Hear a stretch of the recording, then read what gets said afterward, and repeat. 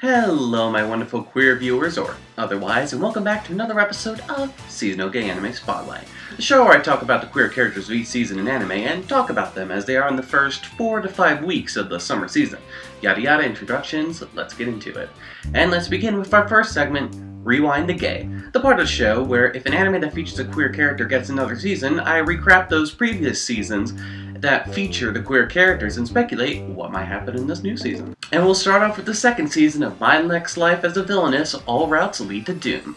For those who don't remember, this isekai anime features the continuing adventures of our dumb, lovable idiot Catalina and her bisexual harem that she is completely oblivious to.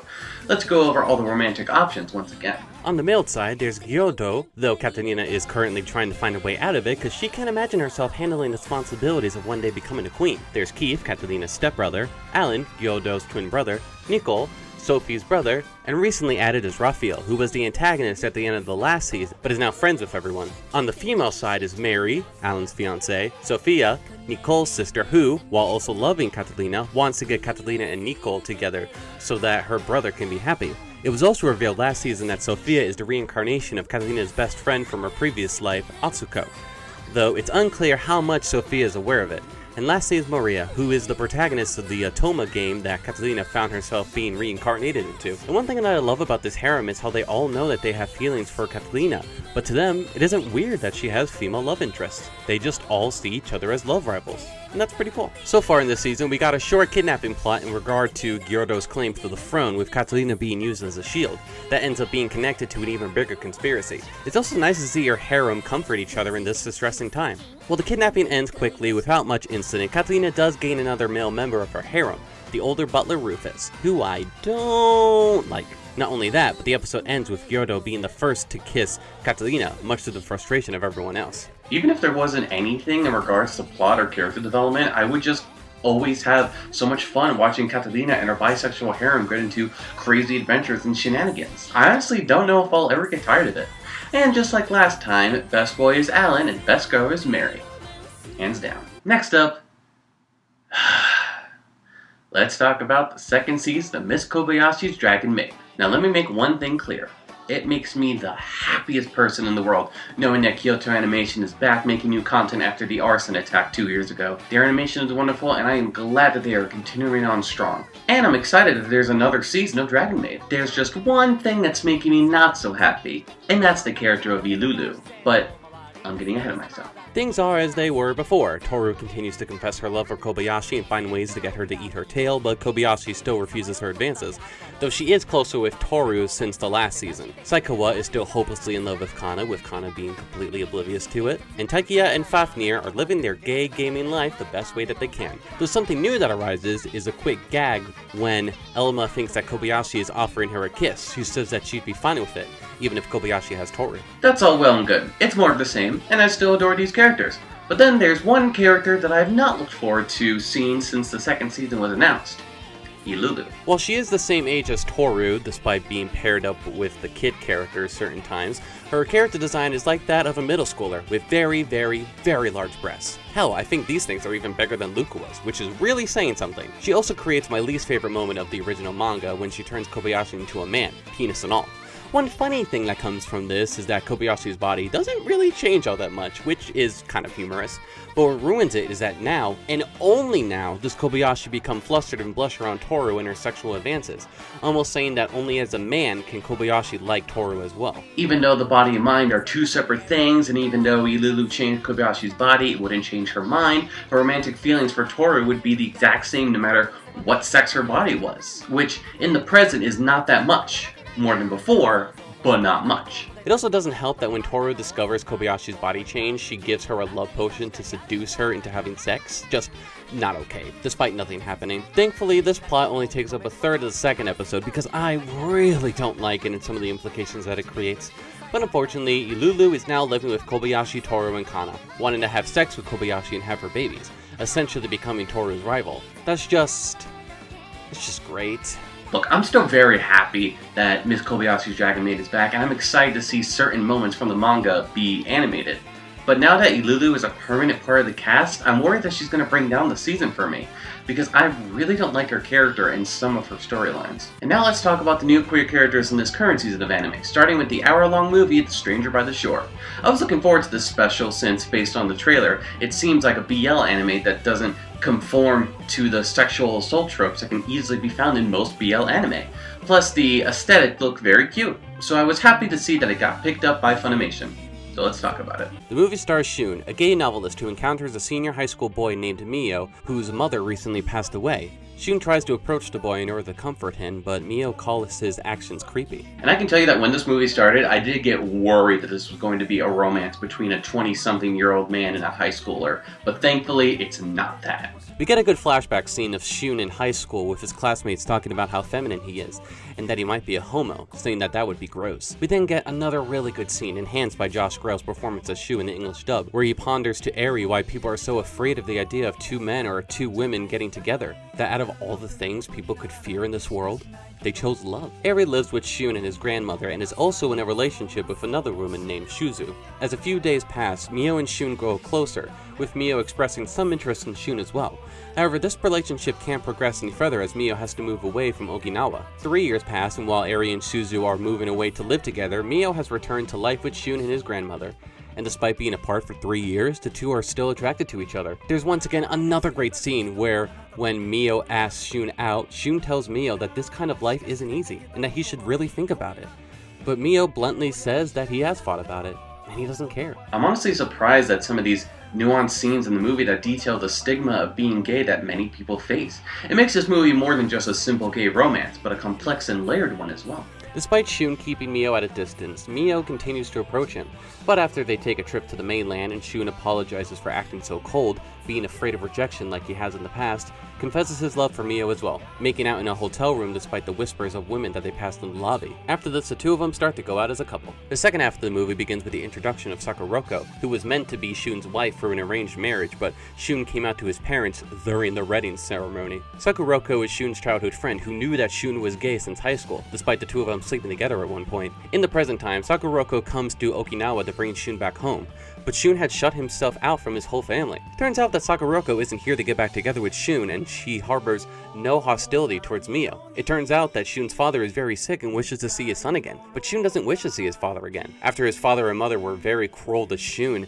after he came out during the wedding ceremony, Sakuroko later reveals to Mio that she is still in love with him and wishes to stay by his side, even if he can never return her love. But in the end, she's happy that Shun has someone as kind and gentle as Mio. Sakuroko soon leaves the island and Mio and Shun have sex for the first time the following night in a very, very beautifully animated scene. Shun decides to see his father before he passes away and invites Mio to come with him, who is more than happy to.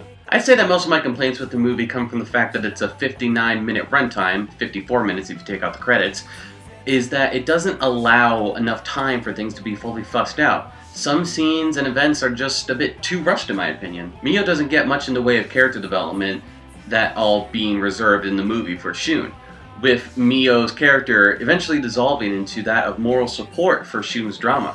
The first half and the second half of the movie don't really flow naturally into one another, and maybe could have worked better as two separate OVAs or something, but I still love the movie overall. After the 3-year time skip, the chemistry between Mio and Shun is really cute and heartwarming, especially with the performances of Justin Briner and Josh Grail in the English dub. I love the nuanced and layered scenes scattered throughout the movie that make it more complex than other BL anime. Plus, there's no sexual assault or any tropes that can be found in a majority of BL anime. The animation is colorful, and there's some laugh-out-loud moments. And I also loved how much talking there was during the sex scene. You usually don't see communication between two people having sex in media, and I like that a lot. All in all, The Stranger by the Shore is a great watch that I recommend. Now let's talk about Kageki Shoujo. Not so much that any of the characters are queer as of right now, but the premise of the anime brings some queer implications. Kageki Shoujo features a bunch of different girls going to a special school that will teach them to become a member of a troupe that is essentially like the Takarazuka Revue, which, if you don't know, is an all-female acting trope where women play all the roles. And I could be wrong, but I think I read once that there is a school like that in real life. But anyway, the whole idea of the Takarazuka Revue / the parallel theater group in the anime is pretty queer. Women playing the male roles, the otakoyaku, and the female fan base that loves the actresses that play these roles. So with all that implication, I'm hoping that we'll get some queer characters out of this anime. Again though, nothing yet, as the characters are still forming relationships with each other, but hopefully something will appear over the course of the season. And lastly is Dominique from the case study of Vanitas. Right off the bat, it's pretty obvious to tell where some of the inspiration for Dominique's character design came from. In it, you can see characters like Oscar from The Rose of the Vizalis, Utena from Revolution Girl Utena, and the Otakoyaku roles that we just talked about a moment ago. Dominique is a bisexual crossdresser, sporting masculine clothes while using the masculine pronoun of Boku to refer to herself every so often. She is Noe's childhood friend and his self-proclaimed fiancé, as it's clear that she deeply cares about him, and there certainly is a lustful relationship between the two. But she also finds herself flirty and trying to seduce other women, not to mention that women always end up blushing at her, though the anime has yet to show examples of this that were present in the original manga. I adore this type of character, and I can't wait to see more of her in the rest of this fun vampire anime. Now let's move on to our next segment, recap of last season. The part of the show where I look at the queer anime of last season and talk about whether their characters ended nicely or badly, but that does mean that there are spoilers ahead. You've been warned. First, let's talk about possibly Oda Nobunaga from Yasuke. I honestly found this Netflix anime to be okay, wishing that it was more of a traditional samurai story than one with mechs and magical spiritual powers, also wishing that it had more episodes to flesh out its world and characters, but I did enjoy said characters while also loving the animation and music. Plus, it must be said that this is a story starring the real-life Yasuke, a black samurai who served under Nobunaga. Add in the fact that the main showrunners of the anime were people of color, which is super rare to find in Japanese animation, and it's definitely an anime to watch. And it possibly features a bisexual Oda Nobunaga, which may or may not be based on real-life facts. While I don't know how much of this is based on historical accuracy, at least in Yasuke, Nobunaga is a warlord who doesn't discriminate based on stuff like gender and race, only caring about someone's strength and power, which is why he has Yasuke and a woman as two of his samurai, despite the disapproval of others. He wants to unite Japan together to create an equal country so that people can do whatever they want with whomever they want. Looking at one of his male attendants while saying this, taking him to another room alone when done delivering his speech, to the disgust of his main samurai. Again, I don't know how much of this is true, but in the small research I did, people say that the real-life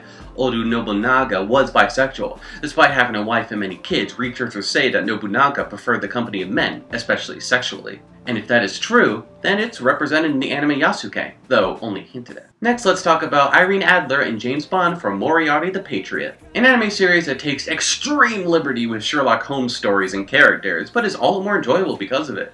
And this is very much true for the character of Irene Adler / James Bond, who, depending on who you ask, is a trans man. Do I agree with that? Kind of, but not really. Let's talk about it. And just know that when I talk about Irene Adler, I'll be using she, her pronouns, and when I talk about James Bond, I'll be using he, him pronouns. In her introduction in the anime, Irene Adler is a stealthy woman who steals information to blackmail people so that she can get what she wants. She often does this with her impressive cross-dressing skills she might have picked up in her years as an actress. She does this so well that she even fools Sherlock himself, but she ends up learning secret information about the British government that ends up making her a target for what she knows. So she manipulates events to get herself into the protection of Sherlock, while also playing both sides trying to escape from the British government. In the process, and with help from Moriarty and his crew, Irene ends up faking her own death and assuming the role of James Bond. As James Bond, he becomes a man and begins to work for Moriarty in his cause. There's this great scene afterwards where Bond wishes to change in the men's changing room like everyone else. No one else cares except for Sebastian, who can't separate Bond from his life as Irene Adler. But after they do a mission together and Bond learns how he can use his unique skills to help the group, the two grow closer and Sebastian accepts Bond for who he is. And when everything is said and done at the end of the anime, Bond remains who he is with the anime's equivalent of Q, especially since Mycroft instructs Lewis to create MI6. Again, extreme liberties with this anime, but again, lots of fun. So there's a heavy debate on whether or not James Bond's transition from female to male makes them transgender or not. I personally don't think so, as the events that make Irene become James is different from how transgender people see themselves. With transgender individuals, we always have been that gender that we identify as. It just takes an indeterminate amount of time to discover this based on how we are raised and how we see ourselves in society. Some discover who they are at an early age, and some discover at a much later age. But we've always been the gender that we see ourselves as. And our transition is to make our outside look the same as we see ourselves in the inside. James's situation is a bit different from that. Irene doesn't transition into the man James Bond because she identifies as a man, but because of the circumstances that led her to do so. And in order to stay alive and escape the British government, Irene had to die and become Bond. Irene Adler doesn't exist anymore. There is only James Bond. Bond doesn't do this because he's always identified as a man beforehand, but because this is the best course of actions that he could have taken, and is the best way to serve Moriarty and his crew. So when Bond insists to be called a man and be treated as such, it's because he is James Bond now, not Irene Adler. He had to let go of his past as Irene in order to stay alive, not because he's always seen himself as Bond. It's a bit complicated. I'm not sure if I'm fully explaining it right, but it's just the way I see things. I know a lot of people who see James as transgender, and that's totally fine. And to their credit, the manga does go more in-depth into the situation, with James actually questioning their own gender identity and how they see themselves now. Plus, the manga shows James being flirty with both men and women, asking a female character not shown in the anime out on a date. So again, I can see why people see Irene Adler / James Bond as transgender. I really do. But considering the circumstances that caused the transition, I just don't see it the same way. But in the end, no one can deny that the situation isn't at least somewhat queer, and that's all that counts for me. Next up, let's talk about the 2 Sailor Moon Eternal movies that recently were released on Netflix. Now, normally I would show visual clips to go against some of the recording, but seeing how recently a bunch of my Sailor Moon videos were taken down by bullshit copyright strikes, fuck you, Toei Animation, I'm not taking the chances, so just expect some pictures here and there to compensate for that. So, if you've checked out a recent video where I talked about the 4th season of Sailor Moon, I talk about my problems with the manga when compared to the original anime series. I mentioned that since just like the 3 seasons of Sailor Moon Crystal, this anime adaptation of the 4th arc of the manga is strict in keeping true to the original manga, despite its flaws. Like with the 3 seasons of Sailor Moon Crystal, it's still Sailor Moon, so I enjoyed the hell out of both movies. But these flaws do transfer over into how Fish's Eyes is portrayed. While in the 90s anime, Fish's Eyes is a lovable gay cross-dressing character that is given the most emotional depth in the season. He, alongside Tiger's Eye and Hawk's Eye, are given nothing in the original version of the story. Hell, Hawk's Eye even takes the role of the cross-dresser in the first movie. All 3 of them are animals that are given human forms by the Amazonas Quartet that are tasked with fighting the Sailor Guardians. Fish's Eyes is up first, going up against Ami, but is easily destroyed by her alongside Sailor Moon and Sailor Chippy Moon. And that's literally it. One of my favorite characters from the 90s anime is only given 10 minutes worth of screen time in this version. Same goes for Tiger's Eye and Hawk's Eye. But let's move on to Haruka Michiru as they appear alongside the other outer senshi in the second movie. And if you're only familiar with the 90s anime, most of what happens to them here is shown in the 6-episode filler arc at the beginning of Season 5. We see the gayest polycule family in all of anime as Haruka Michiru, Setsuna, and Hotaru are living together as a family. Haruka Michiru and Setsuna all have matching rings to symbolize their vow to be Hotaru's parents, and Hotaru calls her 3 parents Michiru Mama, Setsuna Mama, and Haruka Papa. Speaking of, though not as much as with the 3rd season, Haruka keeps up her gender fluidity by her male outfit in the movie being a cross between masculine attire and feminine attire.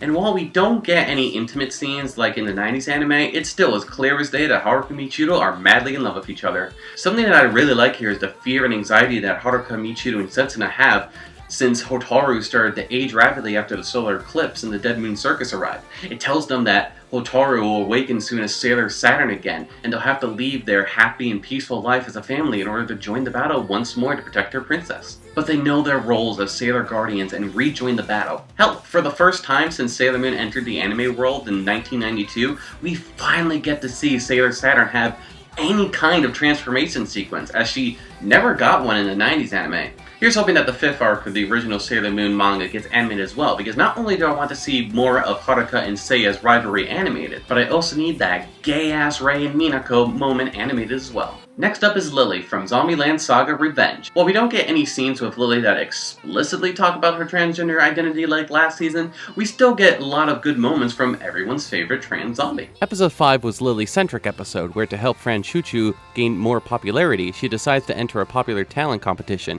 hilariously shutting down Kotoro's plans in the process. Lily's main rival in the talent show is a child star named Light, a bratty and self-absorbed kid who is kind of the worst. While he does a boring juggling act, Lily does a Rakugo routine and is really good at it.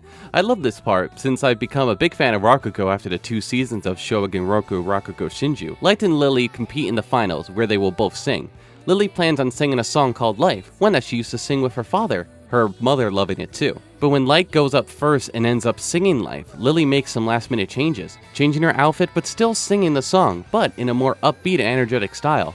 All the while, Lily's hair and ribbon are in the colors of the transgender flag. While Light ends up winning the competition, Lily sort of becomes a sensation with kids as they look up to her and imitate her singing and dancing. Lily using this in the second to last episode when some kids are crying in a shelter due to the tsunami that hit Saga, helping to cheer them up. But what else is great about this episode is the character work between Light and Lily. As stated before, Lily is kind of happy to be a zombie, so she'll never have to grow up and will remain being a cute little girl. Light acts as a foil to this mindset.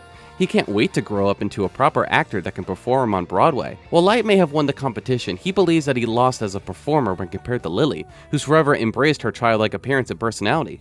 At the end of the episode, Light and Lily have a nice talk, which helps to soften his perspective and become a bit more friendly. After all, there's nothing wrong with wanting to grow up like Light does, but at the same time, there's nothing wrong with Lily embracing her cute self, especially given her circumstances. Light can grow up, and Lily can remain herself. And there's mixed feelings to be had in both situations, which can be seen with some of the other zombie girls in the previous episodes of the season. It's a solid episode for Lily, but perhaps my favorite moment of hers this season is this subtle acknowledgement that I'm not even sure the writers knew they were doing it. In episode 7, after some hilarious events, Friend Choo Choo ends up recruiting a new temporary member, though one that is a live human named Mai Mai. She's a bit of an airhead and a klutz, but gets along well with the group, keeping the secret that the idol group are zombies. Mai Mai invites the girls out for a trip to the public baths, but of course they have to refuse her. Their makeup would fall out, and the fact that they are zombies would be revealed to everyone in the baths, like what almost happened in one episode in the first season. This moment hits even harder with the fact that it's Lily who speaks up first about not being able to go. Since the public baths are separated by gender, and because it's Japan, it's doubtful that they would accommodate transgender customers. So even if they were all alive, Lily might not have been able to join the rest of the girls in the women's bath. Which definitely makes me think of all the trans panic laws that are being passed in many states of America right now, preventing transgender people to use the bathroom of the gender that they identify as, especially younger people, and all to the silent acceptance of most of the cis population in the country. It's subtle, but it's an interesting acknowledgement of Lily's transgender identity, continuing to prove that Zombieland Saga is an idol anime that is a cut above the rest, which makes me hope that we'll get a third season with our favorite zombie girls, especially with whatever the fuck happened in those last 10 seconds of the last episode of the season. And lastly, let's talk about Momoe from the final episode of Wonder Egg Priority. If you need a refresher on Momoe, I recommend watching that section in my previous seasonal anime spotlight. But one thing that I failed to talk about last time was the possibility of Aka and Ura-Aka being bisexual. The two guys, before they turned themselves into mannequins, were very close, but when they met a woman at a workers' party, I think it was, they fell in love with her, the woman eventually marrying Aka. Now, the possibility of bisexuality comes in when Frill, Aka and Ura-Aka's AI daughter that they created, which I would need a fucking hour to talk about her and why she's the weakest part of the anime, questions if Ura-Aka hates the woman for stealing his husband away, or hates Aka for cheating on him with the woman. That's all that's said on the matter. Wonder Egg Priority never really gives us any concrete answers on, well, anything. I both respect the anime for doing so, while also find it very aggravating. So there's debates on whether Frill calling Aka Ura-Aka's husband is true or just Frill fucking with him. But anyway, let's talk about Momoe's character conclusion in this finale special. Momoe seems to be doing slightly better dealing with the traumatizing events of her encounter with Hyphen, but still refuses to go back to that place. After all, Haruka came back to life, even if bringing a dead person back caused noise to change their lives a bit, like Koito, who also got brought back, despite not being friends with Ai anymore. So, Momoe is content. And that's it! That's it for Momoe. And the same can be said for most of the other characters. The anime ends on such a nothing ending that it's kind of baffling. This is what they needed that extra 4 months for? Was this ending planned from the beginning? To end on nothing for all these characters? This goes beyond bad endings. At least those end. This is just a whole lot of nothing. Watching this final episode, I was reminded of how Stars Align ended, on such a downer note with a million plot points still left up in the air. It's been heavily reported about Wonder Egg Priority's many production issues behind the scenes. From the overworking that Cloverworks have put on their animators, literally causing one of the anime's producers to be hospitalized twice, which is probably why this final episode was delayed, and outsourcing the animation to foreign-born university students to help get the thing out on time because of how ambitious each episode was in terms of the animation process. There are two things that most animation studios in Japan need to do for their animators. Pay them much more than they are right now, like holy shit, and give them more time to do their work. No more of this bullshit. I'm getting really sick and tired of it. So in the end, was Wonder Egg Priority a disappointment by the end? If we aren't ever given a season 2, then yes. Is this anime as of right now my favorite anime of the year? Hell yeah it is. And that's what's so frustrating about all of this. Wonder Egg Priority embodies what I love and hate about anime productions. I love its creativity, its animation, and its absolutely harsh and yet beautiful storytelling. But I hate its poor treatment of animators, rushed production schedules, and sometimes a general lack of ending things in a satisfying way. This one will definitely take me a while to get over. Well, that's the end of the episode. Hope you guys enjoyed it. If you did, like and comment on anything that you want to say. Don't forget to subscribe if you want to see more. Catch you later.